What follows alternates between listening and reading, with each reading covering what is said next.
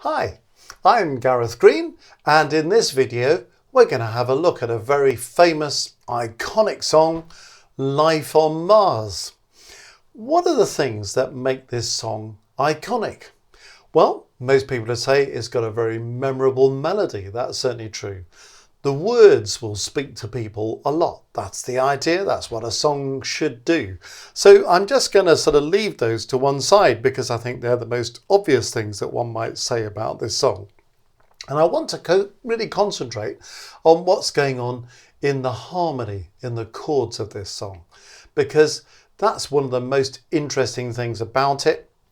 And one of the most distinctive things about it, I would like to suggest. There are so many songs, aren't there, that are written in a kind of standard harmonic way. Songs where you get chord 1, 4, 5, and back to chord 1 and so on.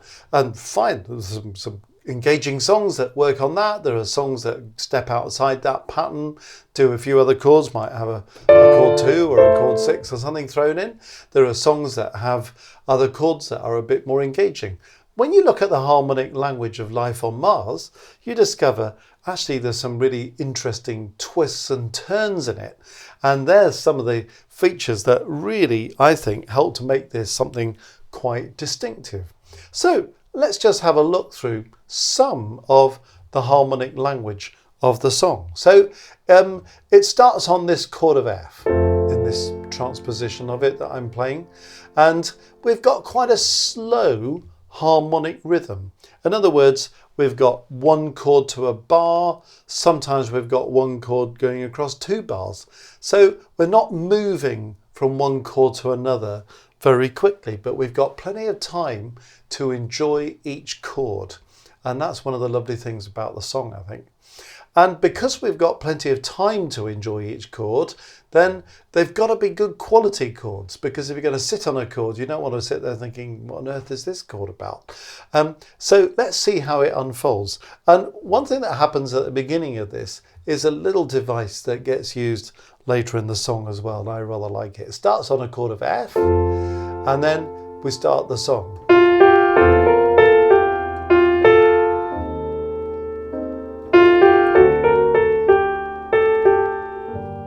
Okay, so what's going on there? Here's the chord of F. Then what happens is the bass just moves down a semitone, and that makes this into an F major 7 chord.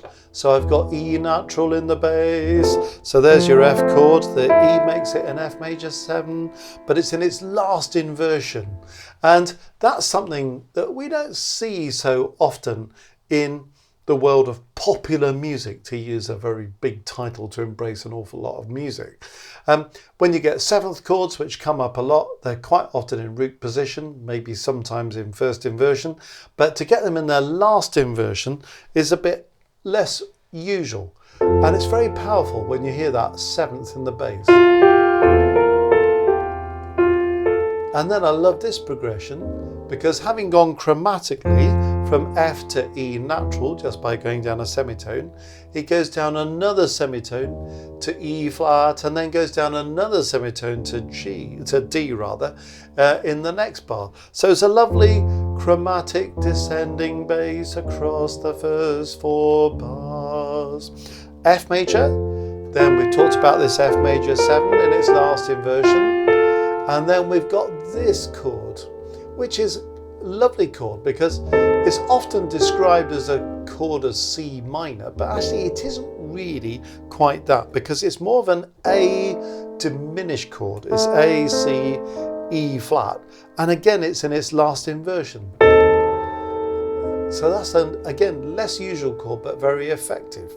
Because it's an A diminished chord where we're thinking, well, if we started on a chord of F and then we went to F major 7, that's a slightly unusual choice of chord. It fits with the chromatic bass really nicely though, but it's a colour that we might not expect to hear, other than for the fact that we know that sound so well from this song. But also this A diminished chord is a chord 2 in the key of G minor, and that's where we're going next, because then we get this, a D chord or a D7 chord in G minor, and then that resolves to a tonic chord of G minor. Now, I find this fascinating, that whole harmonic progression is not at all a typical harmonic progression in many, many songs. I'm not saying it never comes up, but it's unusual. And we've started on a chord of F, and now we're cadencing in the key of G minor. So there's a kind of slight ambiguity about the key. I mean, the version that I'm thinking about is printed in the key of B flat major, and it starts on a chord of F, which is the dominant chord, but actually you can hear it as starting in F major, but particularly when you go to the second bar and you get that F major 7, it's using an E natural, not an E flat. E flat would belong to B flat major. E natural is very F major, isn't it? So we had this feeling of beginning in F major, and then we've got a cadence in G minor. So what really is the home key of this piece? And it's one of the little mysteries of the harmony. So we get this cadence in G minor. Then what do? We carry on in the same vein for a bit, because in the next bar, that G minor becomes a G minor 7. And again, it's in its last inversion. And again, we've got this descending bass. And then the bass descends another semitone. But then we get a C7 chord. Well, we've just sort of been into G minor. Now we've got a C7, which sort of belongs to F major again. So that's back where we started, F major. So C7 there, and then the C7 goes into root position. It was in first inversion here. Now it's going into root position. Now we're back in F major again. So that seems to pull us back to where we started. Then we've got the chromatically descending bass again, F major 7. And then we've got a genuine C minor chord now, this time, in its first inversion. And then a 5-7, a D7, going back to G minor again. So one of the lovely things about this is this oscillation between F major and G minor. Now those keys are not poles apart. F major's got 1 flat, G minor's got 2 flats, but F major, G minor, we're flipping that tonality, and there's just that sort of sense that G minor, well, the relative major of G minor is B flat major. So is the F major genuinely F major, or is it the dominant chord in B flat major? That's all part of the mystery behind all this that somehow makes it even more engaging. And again, these descending bass lines, we've just had another phrase where from one bar to the next we're going down in semitones, and then on we go. We've just arrived in G minor, and then the same pattern again. It's the 7th, that G minor 7 in its last inversion, with the descending bass going down another semitone down there, lovely chord there. It's sometimes described as a C7, but it's not quite what it is it really? There's a kind of sort of E diminished with a 7th on it there. And then this takes us to a C7, and that's kind of thinking, okay, if that's a C7, we're expecting now to go back to a chord of F. And then we'd be thinking, yeah, that's kind of completed that cycle, F, G minor, F, G minor. But then something really clever goes on, because we get this C7, which feels like a dominant 7th in F, because it is. And then suddenly, as we cross this bar line, we do something we're really not expecting. A chord of A flat major. Whoa! And it's A flat major in second inversion. So the C7 in F hasn't really resolved onto a chord of F, which is kind of what it would normally do. And now we've suddenly gone from kind of the key of F with 1 flat into A flat, which has got 4 flats. So it's a very dramatic moment.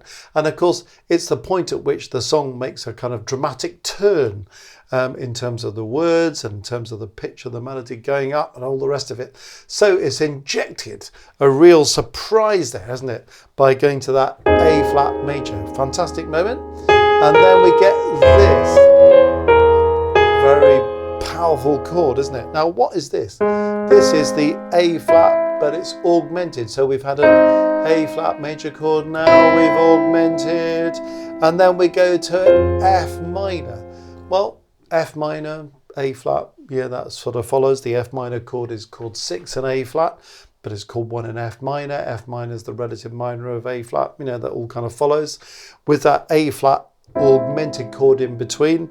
That E natural that you get, A flat, C, E natural, pulls us onto the chord of F minor. So it's a clever little progression.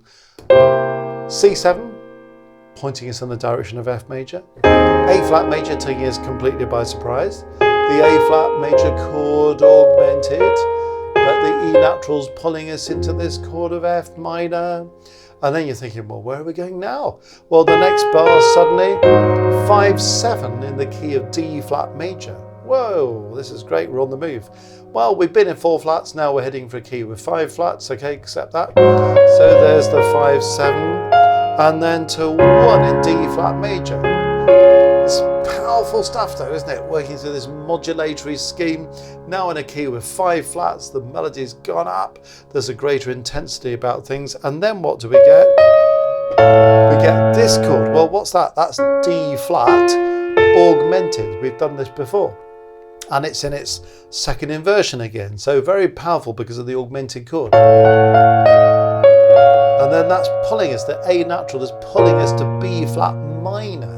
So now we've gone to the minor key with 5 flats, B flat minor, and that A natural, that was the note augmenting the D flat major chord, is pulling us to B flat major. It's very strong harmony.